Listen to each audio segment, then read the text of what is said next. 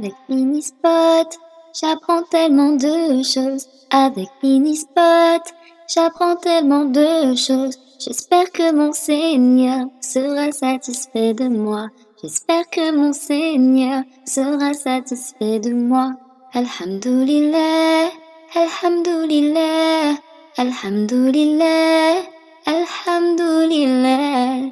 Que l'islam et mon iman soient de plus en plus forts afin d'être auprès d'Allah. Voici le véritable trésor. Assalamu alaikum les enfants. Aujourd'hui, Inch'Allah, nous allons voir comment tout commença. Les chers enfants, un scientifique a scruté le ciel avec un gigantesque télescope. Il remarqua que les galaxies s'éloignaient les unes par rapport aux autres. Avec ses recherches, il comprit qu'il y a 15 milliards d'années, toutes les composantes de l'univers vinrent d'une séparation de petites matières qui formèrent les étoiles, les planètes et les galaxies. Et comment cela s'est-il produit? Qui les créa?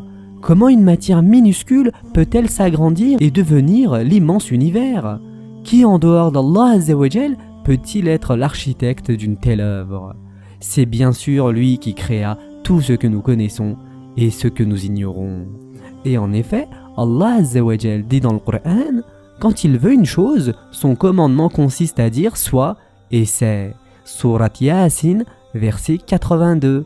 Allah Azza wa Jal dit aussi, c'est pour une juste raison qu'Allah a créé les cieux et la terre. Voilà bien là une preuve pour les croyants. Surat Al-Ankabut, verset 44.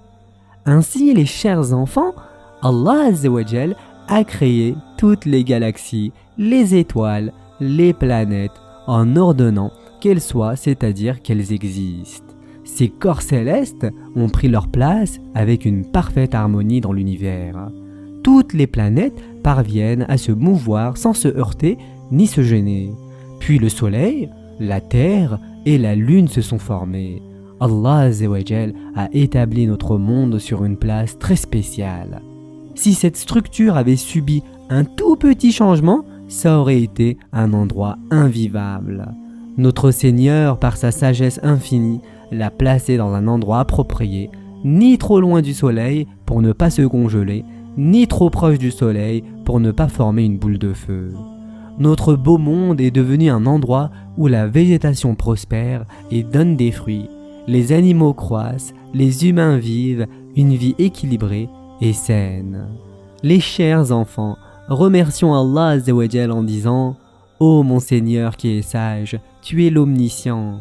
Ô mon Seigneur qui est juge, tu juges toutes choses. Ô mon Seigneur le protecteur, c'est toi qui protèges toutes choses.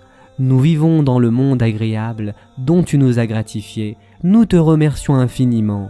Tu es généreux. » Les chers enfants, ce sera tout pour aujourd'hui. N'oubliez pas de vous abonner et d'activer les notifications afin de ne plus rien rater.